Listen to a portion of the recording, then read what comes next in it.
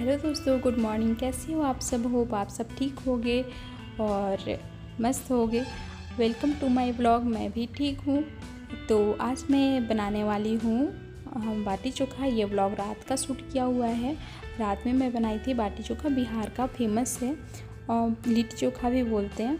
तो मैं उसके लिए चोखे बनाने के लिए मैं पका ली हूँ। टमाटर और बैगन और आलू सब बॉईल हो चुका है और अब फिर मैं आटा लगा रही हूँ। इधर आटा लगाने के लिए मैं उसमें डाल रही हूँ मंगरेला अजवाइन, सोडा, मीठा सोडा मतलब बेकिंग सोडा और नमक और थोड़ा सा तेल। तो ये जो है ऐसा करने से, मीठा सोडा और तेल डालने से जो है बाटी बहुत सॉफ्ट बनता है। और फिर मैं सत्तू के लिए सारे सामग्री काट ली हूँ। उसमें सत्तू के लिए चाहिए आपको प्याज, अदरक, लहसुन, मिर्च और दरदरा कूटा हुआ काली मिर्च। तो देखिए मैं सब कुछ अभी डाल रही हूँ सत्तू में। तो सबसे पहले मंगरेला अजवाइन डाली, फिर अदरक और लहसुन जो कट की थी। ये वैसे चोखा में भी जाएगा तो इसलिए मैं उसमें से थोड़ा थोड़ा मात्रा में उठाकर डाल ले रही हूँ, जितना चाहिए मेरे को। तो उतना डालने के बाद फिर आपको कर लेना है अच्छे से मिक्स। और फिर उसके बाद नींबू डालना है इसमें। नींबू से खट्टापन आएगा। अगर नींबू ना हो तो आप मतलब अचार का मसाला भी डाल सकते हैं। अगर अचार का मसाला वाला फ्लेवर पसंद है तो आप अचार का मसाला भी डाल सकते हैं या उसमें का तेल यूज़ कर सकते हैं, उससे खट्टा हो जाएगा। और इतना करने के बाद फिर इसमें डाल देना है तेल। और तेल ऐसा नहीं कि बहुत ज़्यादा डाल देना है मिक्स होने में। देखिए इस तरह से मिक्स हो गया मेरा तेल से ही। और फिर मैं अब चोखा बना रही हूँ। चोखा बनाने के लिए जो मैं बैगन बॉईल की थी, उनकी पकाई थी, उसमें निकल गया था कीड़े। तो मैं सिर्फ आलू और टमाटर का ही बना रही हूँ चोखा। तो उसमें सब कुछ डाल रही हूँ, मतलब जो भी कट की थी, प्याज, लहसुन, अदरक, मिर्च और धनिया पत्ता भी डाल, मतलब कि है आपके पास तो डाल सकते हैं। और फिर नमक और तेल।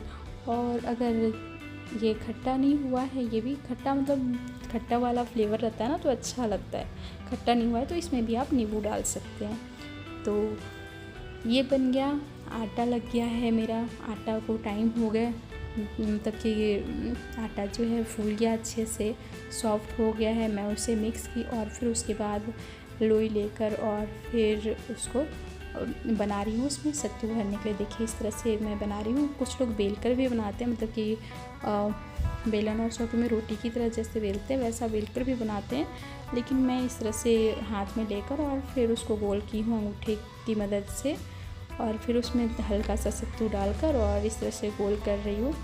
तो ये जो है बाटी मेरा सारा, ज़्यादा तो नहीं बनाना था, थोड़ा ही बनाना था, 5-6। तो बनाने के बाद फिर ये गोल गोल हो जाएगा, बन जाएगा। तो उसके बाद फिर आप इसको छान भी सकते हैं, कोयले पे भी पका सकते हैं और नहीं तो गैस ओवन में भी पका सकते हैं, ओटीजी में पका सकते हैं, मतलब किसी भी चीज़ में आप इसे पका सकते हैं। तो मैं यहाँ पर ओटीजी में पका रही हूँ।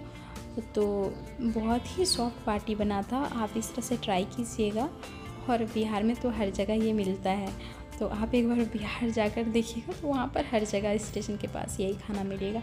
तो फिर ये हो गया नेक्स्ट मॉर्निंग का टाइम। नेक्स्ट मॉर्निंग में मैं बाबू को लेकर यहाँ खड़ी हूँ। ये कबूतर को देखने के लिए आया है। कबूतर कुकू बोलता है, तो ये देखने को आया है। और फिर हम लोगों का चाय, बाबू का दूध, सब कुछ हो गया। तो मैं यहाँ पर बना रही हूँ कढ़ी चावल, दाल, बाबू के लिए दाल स्पेशली, और भुजिया बना रही हूँ आलू और गोभी का। ये मतलब कढ़ी के साथ आलू गोभी का कॉम्बिनेशन जो है अच्छा लगता है भुजिया।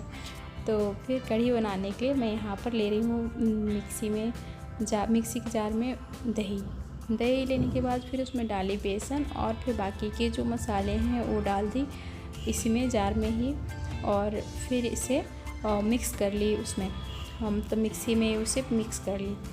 और फिर इस मतलब बहुत अच्छे से मिक्सी में मिक्स हो जाता है। पहले मैं ऐसा नहीं करती थी, पहले छन्नी को या कुछ में लेकर दही को मिक्स कर लेती थी। ऐसे ये एक साथ में ही बेसन भी मिक्स हो गया।